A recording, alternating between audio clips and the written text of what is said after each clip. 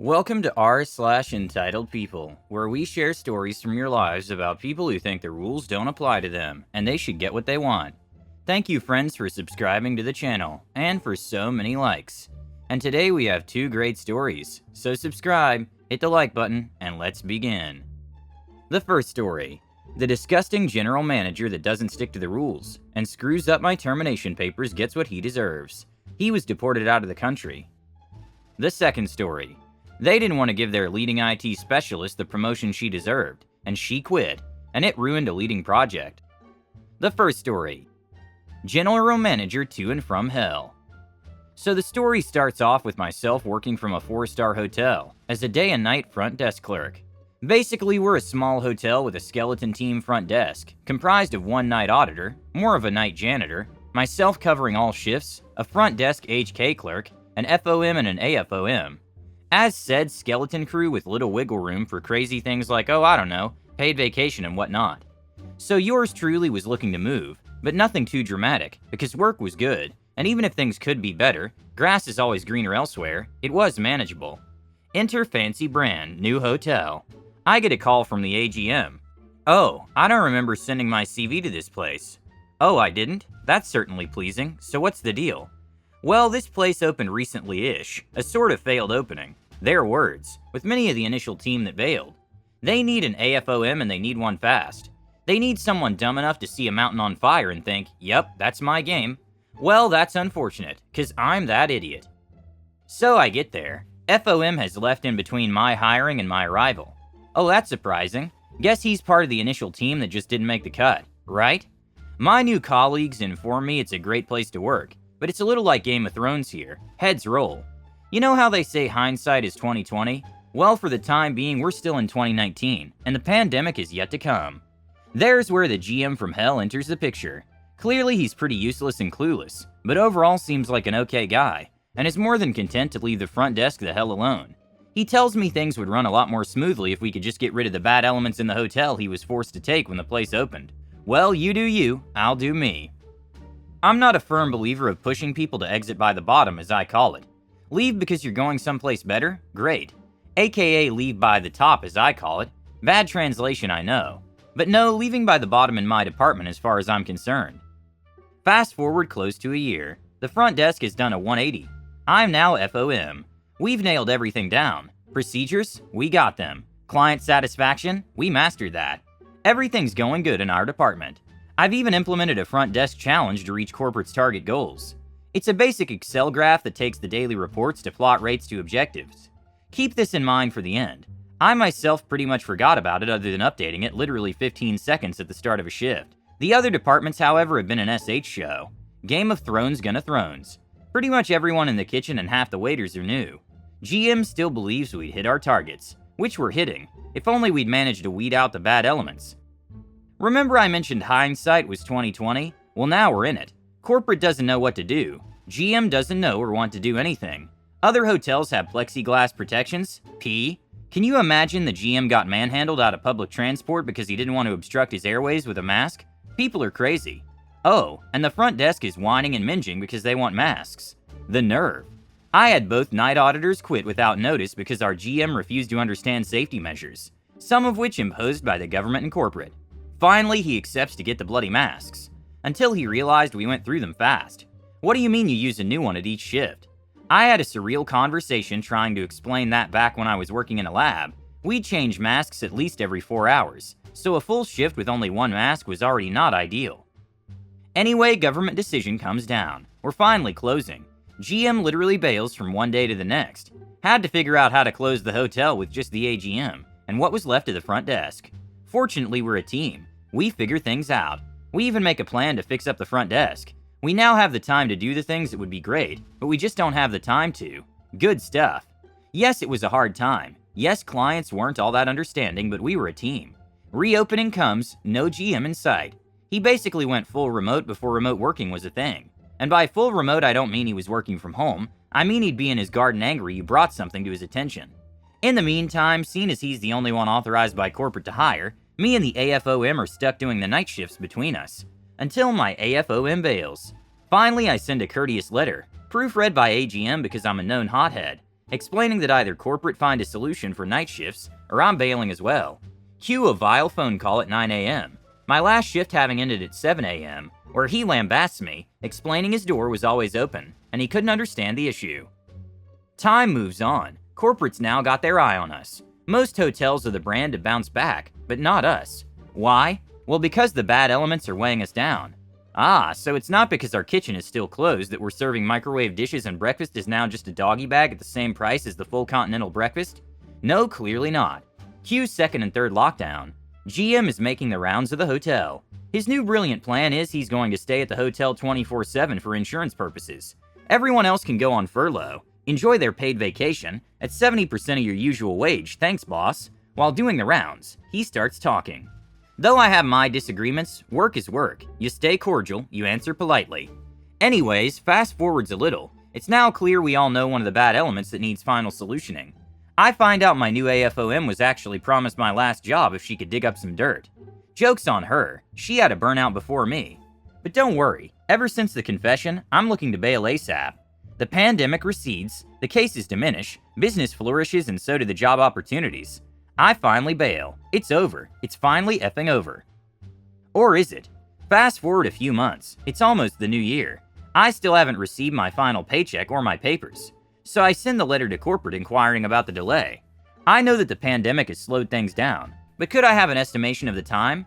Corporate didn't know I had left, again months ago. Cue another epic and vile call from my now former GM, lambasting that he's quite sad. My papers have been sent this day by mail. 3 times now he says it's in the mail, and he has no more means of pressure on me. What do you mean pressure? Well, you see, he now claims I've emptied my files when I left, and pretty much stolen information from the hotel, and if I don't give it back, he'll hang me up in court.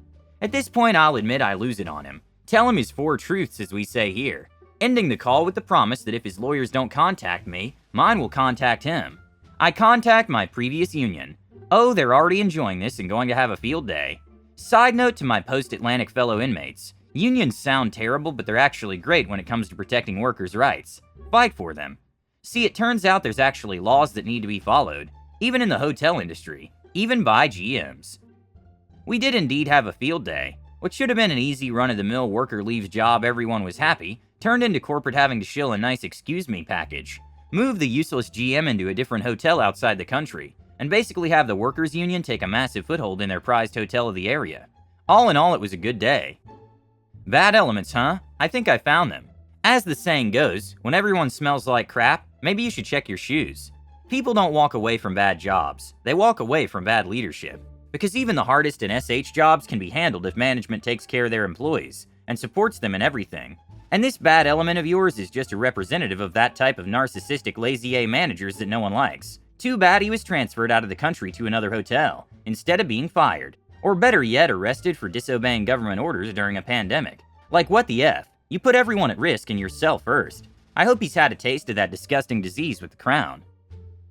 The second story is, my employer gave me senior responsibilities with less than junior pay, delayed my raise for 7 months, then gave me a raise so small that it didn't even cover inflation.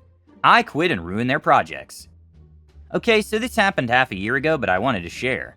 A little backstory. I'm in tech living in a very expensive city. I have a ton of student debt, and after I graduated with honors, it took me more than 2 years to land my first job.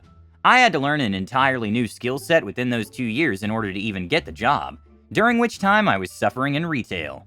With that in mind, when this contracting company offered a job, I accepted it with a pay rate that was too low, because I desperately needed a chance to get out of the retail and into my career. They trained me for about 2 weeks when I joined, but the skills they taught me were completely irrelevant for the client they assigned me to. My very first task? Refactor an entire codebase because the person who came before me left a ton another. I worked harder than ever to make sure I did a great job, because I wanted to show them I deserved that job. When I eventually finished that task after about 9 months, they heaped all kinds of praise on me. They were happy with my work, and the client company I was building the code for was impressed. I was happy because I really wanted to eventually work for that client. And then due to budgetary reasons, they took me off that contract and assigned me to another one. Everyone I built relationships with and built trust with was gone, and nobody knew what I was capable of anymore. It was for a client I didn't care about at all, but this time I was part of a team. The problem was that over the course of 6 months they gave me more and more responsibilities. By the end of that period of time, I was the lead developer for a team of 7 people who didn't know what they were doing. I was involved in 3 projects and constantly being pulled into meetings despite being asked to deliver the majority of code for my team. I was so deeply involved in the client company that I actually got my hands on a document that laid out how much money they paid for each contractor. I found out they were paying my company for my services. It was over twice as much as I was earning. And I hadn't seen a single bonus or raise. Meanwhile, my wife wasn't working, so we were struggling to get by. I brought up all of my accomplishments with my boss, how hard it was to afford things, and even brought up things like Glassdoor to show how much less than average I was making. I asked them to give me the just a little less than average for the country, which is way less than the average for my city. I know, I have self-confidence problems. My boss directed me to HR, who directed me to the compensation department, who directed me to my boss to ask him to fill out a request form and so on. My request was being tossed around for 7 months. Nobody could tell me how much I would make after my raise. Well, finally, they told me my raise was coming. A month later, I got a 2% bonus and a 2.6% raise. Even putting those numbers together, it wasn't even close to what I asked for. I couldn't even make up for inflation. I was furious. I asked them what happened to my request, because in every message about compensation, I very intentionally told them how much I needed to earn in order to keep up with my living expenses. I gave them a chance to fix it, but they started leading me on in circles again. I started looking for other jobs. Here's the thing, I was crucial in my project. I knew things nobody knew, and they were aware of that. I know they were because they were actively hiring or trying to, and made me run the interviews. I could see how much compensation everyone was asking for, and I always recommended the ones that were asking for the most. They never hired anyone. Anyway, they were a couple of months away from releasing a website I was working on, and I was the only person in my team who had the knowledge to finish it. That's when I got a job offer earning way more. I submitted my resignation and gave them 2 weeks. I couldn't afford a gap in paychecks, plus I wanted to see the chaos. Alarm bells sounded all the way up to the guy who was running the entire East Coast division of my contracting company. They called me into meeting and asked what it would take for me to stay. They said they could make what I originally asked for work. That just made me even more angry with them, because it told me they could clearly afford it. I told them actually, since I don't get any benefits, I'm gonna need a 50% raise if you want to keep me. You could feel the panic in the room.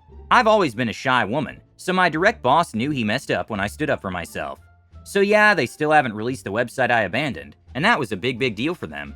I know I've cost them so much more than they could have spent to keep me. I told them actually, since I don't get any benefits, I'm gonna need a 50% raise if you want to keep me. You could feel the panic in the room. I've always been a shy woman, so my direct boss knew he messed up when I stood up for myself. I love hearing that. They knew all along that they could afford to pay you what you were asking for, but they effed up and found out about it. Cheapening your most important resource, the people who do the actual work, is one of the surest ways to destroy your own business. I doubt they learned anything from this. I know they were because they were actively hiring or trying to, and made me run the interviews. I could see how much compensation everyone was asking for, and I always recommended the ones that were asking for the most. They never hired anyone. And it's just something incredible. As part of your revenge, not only did they greedily kill you, but because of their stupidity, they lost the opportunity to hire someone else. Thank you for watching. Don't forget to subscribe.